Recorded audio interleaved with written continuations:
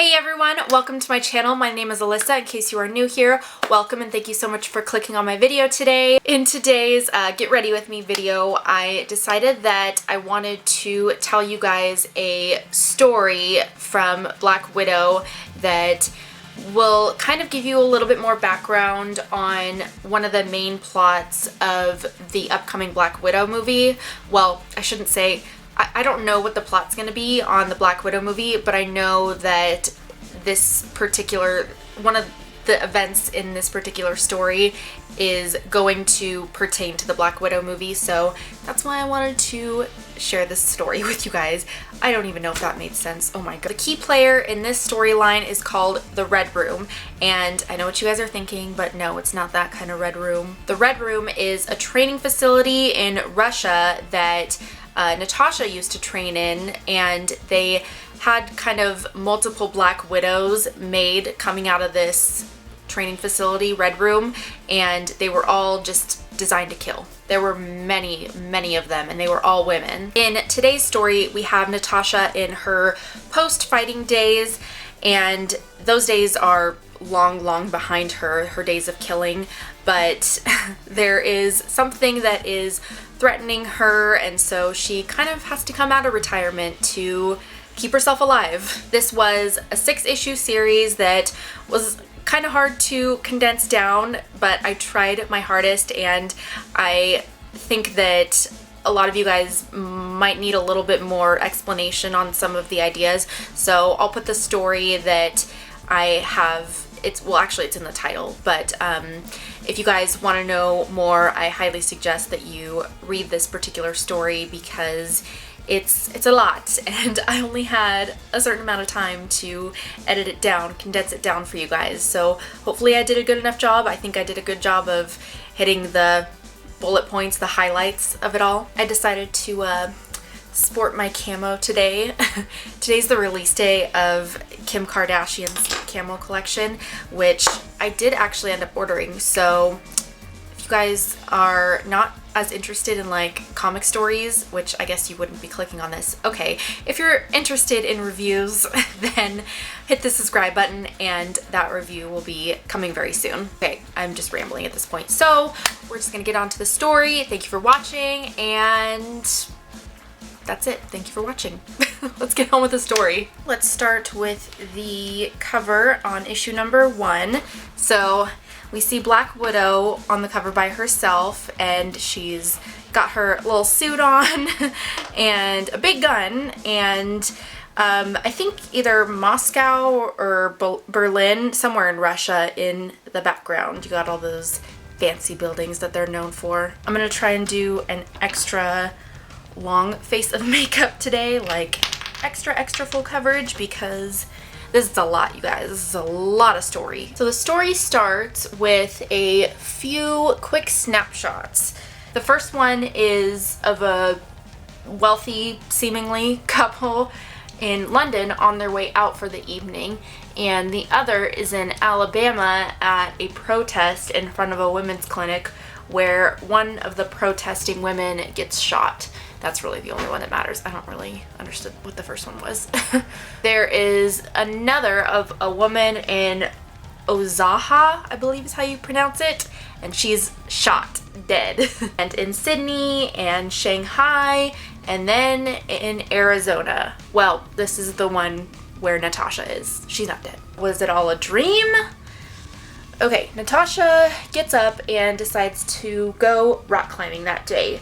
She's happily retired at this point in her life, and she's loving every minute of it. I have to apologize in advance if there's any wind, because it's very windy outside today, a stormy day, and it kind of makes my whole house rattle if it gets super windy, so sorry in advance. On her way there, she sees a broken down vehicle on the side of the road, and she decides to stop and help. She stops to assist, but it turns out this guy had ulterior motives. Of course, nothing's ever just plain old easy.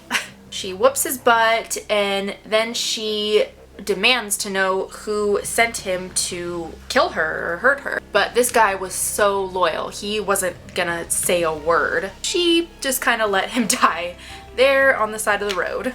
Oh well.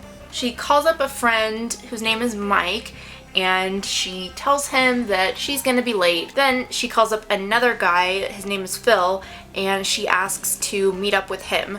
So Phil, he has a lot of connections, and he's actually good friends with Natasha because they worked at S.H.I.E.L.D. together back in the day, and they're both obviously retired now. Next, we get a shot of the bad guys, and they know the guy that they had sent out to kill Black Widow has died, but they agree amongst themselves that this guy probably didn't give any secrets away, so that's not too bad. Next, we are back with Natasha, and she's met up with Phil. She tells him what happened and gives the... oh gosh. Ugh, I forgot to put on my headbands. She tells him what happened, and she gives Phil the dead guy's finger because it had a ring on it.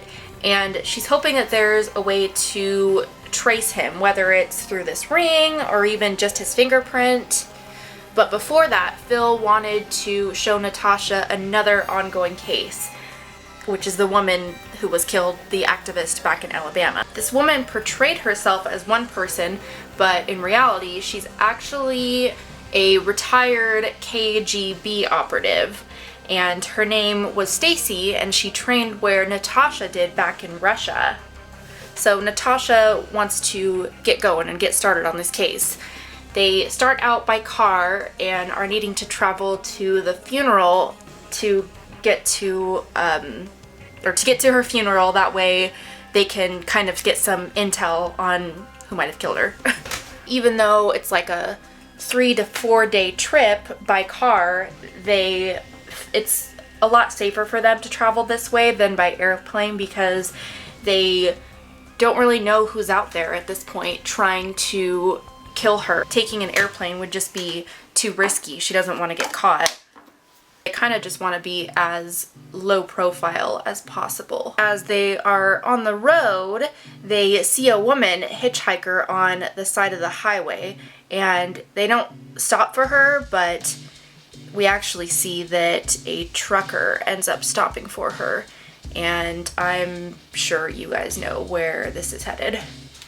At the next gas stop, we see that woman and we see the trucker. Yes, I'm fanning myself with the back of a piece of mail that had a comic in it that came in the mail. Anyways, so they're at the gas station, and the trucker is about to, I don't want to say the word, SA her.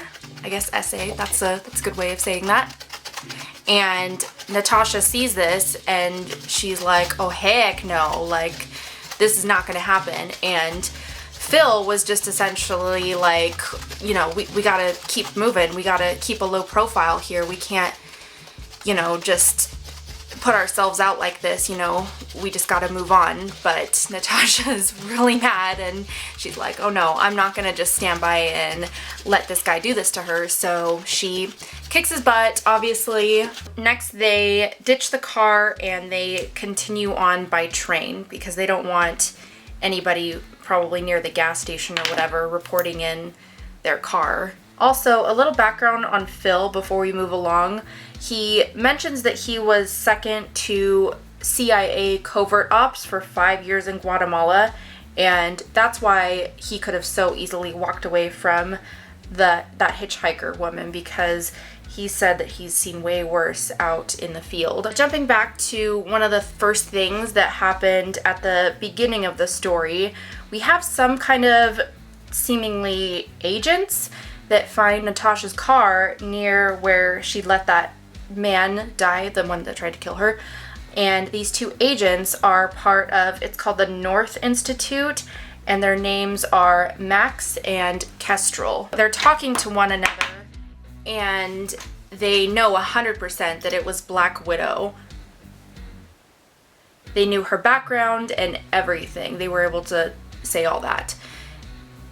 They say that there's no way to predict what she'll do. One of the agents tries to bust into Natasha's car, and kaboom, the whole thing just goes up in flames. She had rigged it. She knew that they were coming for her. To be continued. We're just gonna look ridiculous for a minute, and we're going to go with the cover art on issue 2. The cover on this one has Black Widow, and it's kind of hard to tell what's in the background. It just kind of seems like a dark, dingy place with a little bit of light peeking through, and she's got her handgun. This next issue starts at Stacy's funeral.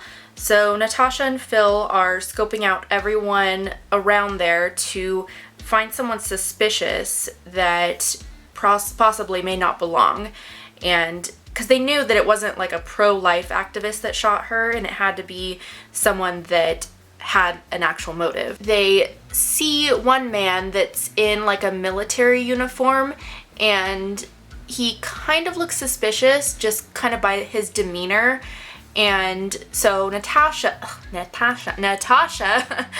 was able to weasel her way into talking to one of the people at the funeral, and she talked him into, oh my gosh, I cannot speak. She talked him into taking her with him to the after ceremony thing that was going on. That way she could get more intel on this Stacy. She's able to get a lot of information from him, including the fact that Stacy was actually pregnant when she was killed. And so Natasha reports all this back to Phil. Phil has found out who this mysterious military guy was, and Natasha was very suspicious of him when she finds out his background. He was actually part of, it's called Insert. I'm not really too familiar with it, but that's the name of it. It's just kind of like a government program that's, I don't really know. Next, the two of them pay a visit to Stacy's house.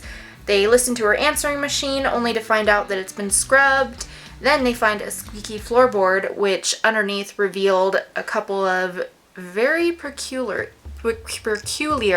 things. It had some cash underneath, as well as a letter that was written in Russian, and as Natasha reads it, she says that it was essentially a decoded message that said that Stacy, needed to come back home, back to the KGB, otherwise she's being cut off and she'll have to kind of fend for herself. She stayed, and Natasha points out that this is not a recent letter, but she probably kept it all these years as a memento. Kind of gets expanded on later in the story, but all of the Black Widows, they kind of have this tie that permanently bonds them to Russia. And Natasha finds some pill bottles on the counter.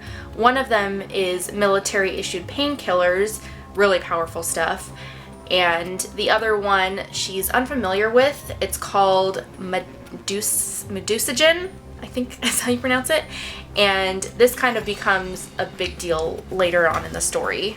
It seems like we've established some sort of connection here. Then they call up this guy, William Forrester, that's his name, the guy that was the military guy at the funeral, and Natasha grabs the phone and kind of like a creep starts speaking Russian, pretending to be Stacy, which freaks out this William guy, obviously, seeing as how he was just at her funeral. Next, we have a flashback to Mexico, where the agents tracking down Natasha are getting closer to her, but are just far enough from her whereabouts. Back in Alabama, William shows up to Stacy's place, but is shocked to see that it's not Stacy, but it's actually Natasha. Her and Phil hold this guy hostage and start questioning him, and find out that he was actually the father to Stacy's unborn child. I mean, of course, he was just devastated to lose them. So Natasha asked him about the pills, which he swears that he didn't get for her, and before she could get any other information from him, bam, he's shot. Then her and Phil hightail it out of there. They get out from the back and put up somewhat of a fight. So they got out of there relatively unscathed, but actually Natasha does get hit. To be continued. We have Natasha in front of a billboard. Looks like she's advertising some kind of fragrance or something. It says, "Now that's what I call a woman," but it's hard to tell. And she's firing her guns. Yeah. This issue starts with a snapshot of Nick Fury on the phone with one of his agents, well, seemingly one of his agents, looking for Natasha. And picking up where the last issue left off, Natasha is injured, but we all know that she's a tough woman and she bounces back quickly. Meanwhile, these two agents from the North Institute is what they're called, and they are hot on Phil and Natasha's tail. Next, we get a small glimpse of the bigger picture, like what's really going on here. There's a woman out in the middle of nowhere, Russia, who gets gunned down by two men. More on that in a bit. Back to Natasha. They are in Omaha now at a safe house trying to figure out a game plan. And if you guys remember that girl that they rescued before, the hitchhiker, her name is actually Sally, and they were keeping her there this whole time while they kind of did their intel investigative work. And Natasha realizes that Russia is behind this. Now, if you don't know about her traumatizing past with Russia, then all the events coming up in the story should give you a better idea of the twisted, sick nonsense that went on back there. They know it's Russia because of the ring on the guy from the first issue's finger that Natasha had cut off, and one of Phil's guys found that out for him because he got some connections. So they get a lead on a guy who may be connected, so Natasha goes to Atlanta to take him down. This is an older man, and he has a wife in the home as well that Natasha has to get through first. So Phil and Sally are just waiting in the car at this point. They're kind of her getaway. Natasha drugs the guy, and it doesn't take long for him to just spill his guts once Natasha uses his wife as leverage. Natasha got the information that she needed, and they head out of there. Then, kind of funny, the man either falls to his death or his wife pushes him off the building, like out of the window. It's kind of hard, it's kind of unclear to say which happened, but either one could be a possibility, honestly. Back in Washington, D.C., Nick Fury is talking with one of the North Institute agents. Max is his name, and he's really mad at him. They found out Natasha was in Atlanta, but they weren't quick enough to catch her, so now Nick Fury is rethinking even letting them even near this case. Next, Natasha and Phil dig into the lead provided to them from that old guy, the Russian one, and they track down a guy named Ferris, and Natasha goes undercover to get what she needs from him. In order to get him alone, she has to go scantily clad, let's just say. So she's able to hook him in, and she has him alone. Then she restrains him, and he's not going to be as easy as the last guy though, because at least she had leverage to use on the last guy through his wife, but this Ferris guy is ruthless and is gonna take a lot more persuasion for him to talk. She injects him with some psychoactive drug to make him see horrifying things, and that worked. So she got the information that she needed and moved on. She found out that this whole operation somehow involved this US cosmetics company. Well, they do more than cosmetics, but that's kind of the majority of their business. And this company is called Gynecon. Ferris told her that 2R is also involved. So the Red Room, which is obviously what we're talking about today, was disbanded a long time ago, and almost everyone moved on. All the people involved, all the Black Widows. Well, apparently some didn't move on, and they formed 2R.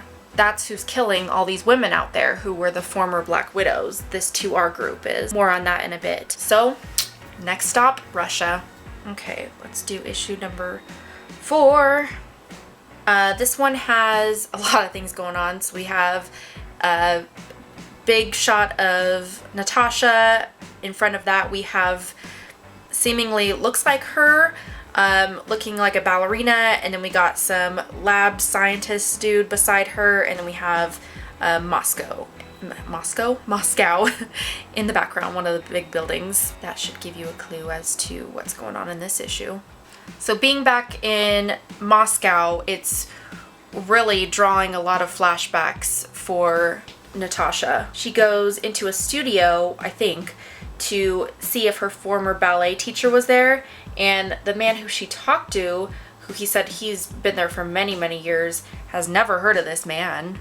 So that's odd. She wanders the streets for a bit, checking out all the possible leads, the places where she can get more information. These are the leads that were provided from that guy Ferris. She walks around some more and stumbles upon something that looks oddly familiar to her, and something tells her something inside her tells her that she has to go in. So she sneaks into the building and takes a look around. She opens a door and finds a room, and suddenly she's taken back instantly in time. She has a flashback of sitting in that same chair and being forced to watch a video of a ballerina. Brainwashing. Back in the US, those North Institute agents, Max and Kestrel, they have a lead and are now berating this guy for information. He says that he doesn't know anything at all, so they just leave. And then right after they leave, this guy calls Phil. He's good friends with Phil, and kind of warns him like, hey, you know, you gotta look out because these guys are coming after you. Phil is a little surprised to find out that these guys are from the North Institute because he thought that that program wasn't a thing anymore. Next, we have a change of scenery. We are off to the Florida coast. We have a shot of one of the big guys from the North Institute and the CEO for this cosmetics company, Gynecon, and they're just kind of chatting away. And the guy from North, his name is Vasily, I believe is how you say it, and he gets a phone call. More on this in a bit. Back to Natasha. She's sitting in this room, but some security guards eventually find her, and she totally explodes on them, but she's able to get away because of a man that pops his head in. His name is Grigor, I believe is how you pronounce it. I don't really know. Gregor, maybe. I'm just gonna say Grigor. And he takes her around to this secret room inside this building. This is essentially where this guy is kind of taken to living. And this dude is actually a former guy involved with the Red Room. When Natasha finds this out, she's so angry. But he tells her a lot though. So these women that were trained were heavily conditioned physically and mentally, and in order to keep them loyal to the country, they would plant these little happy memories inside their heads just to kind of keep them so they always have ties back to Russia. Memories such as maybe have been a former ballerina. Then she threatens him and asks to be taken to the source of all this madness going on, for all these hits being put out on these former Black Widows. He said that it's a really dangerous place out in the middle of nowhere, but you know, that's where she wants to go. She wants to do it, so they're just gonna risk their lives and set forth. I'm at a good stopping point to do my eyeliner and mascara, so I'm gonna do that and be right back. We're almost there, guys.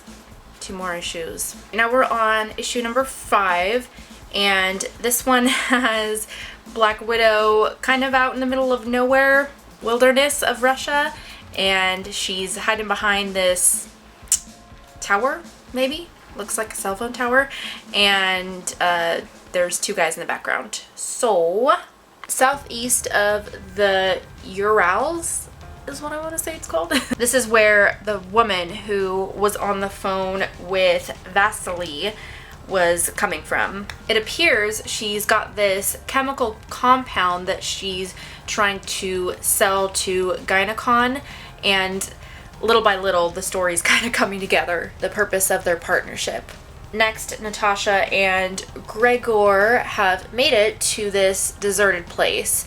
And before the man in the watchtower can strike them down, Natasha appears and tells him to jump. She just tells him to jump.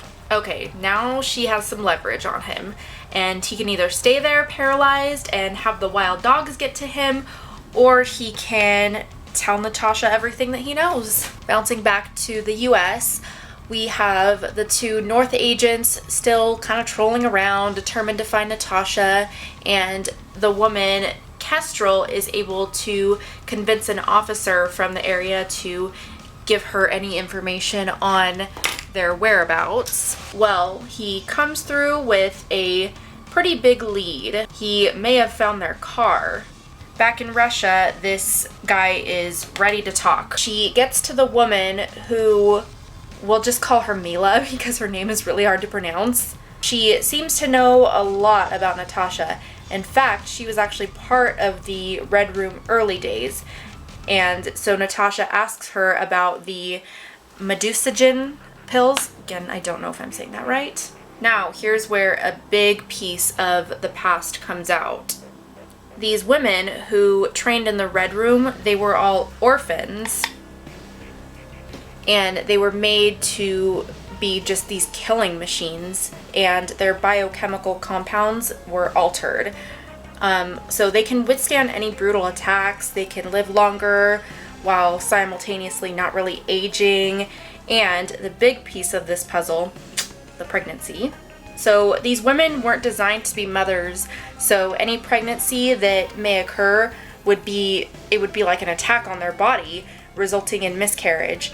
So Stacy, she was probably taking these pills to counteract that. Mila was really devastated to find out that all these Black Widows were being targeted. She was just horrified by it.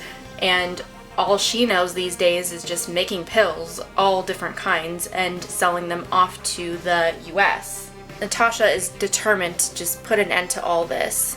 Back in the US, we have Phil and Stacy kicking back and just lying low. So much for that though, right? In the last page, they are found by the North agents and they are severely attacked. And that's the cliffhanger. Okay, next we're on to the last issue, issue number 6. For this one, we have the cover, on the cover, we have Black Widow, and we have that guy from the North Institute. I think that's what he is. And he's just, looks like he's about ready to go off on her. Natasha and Mila land in the US and are met by Nick Fury. Natasha sees what happened to Phil and she's so angry. She asks where the girl, Sally, is, and Nick Fury said that there was no indication that Phil was with anyone. He pulls through, by the way. Nick Fury tells Natasha that it may be the North Institute who is behind this. Then Mila chimes in with a big bombshell. So she reveals that in an effort to keep everybody in line at the time of the Red Room, she designed this scent that, when applied, it would prevent the brainwashed individual from killing that particular person. Trying to do so would trigger their brain into thinking they were kind of the equivalent of like about to kill a loved one or something, so they wouldn't do it. It's some complex stuff that Nick Fury really wanted, and he ended up actually stealing the formula. Nick Fury feels really bad for Natasha, so he goes ahead and calls her up, tells her where these North agents are. So Natasha arrives, and in an odd twist of events, they have this waitress tied up in the motel room that they're staying in. It's kind of weird, but okay. Actually, Kestrel is the only one inside the motel, and Max is outside waiting in the car. So Natasha takes this opportunity to, in the name of Phil, see if I can do lips while talking, probably not. She tracks down this guy Vasily and the Gynecon CEO on the boat and has one thing on her mind: vengeance. Unfortunately, this Vasily is wearing the scent of the anti-kill. So Natasha kind of gets her butt handed to her because she can't fight back at all. This is what the brainwashing prevents her from doing.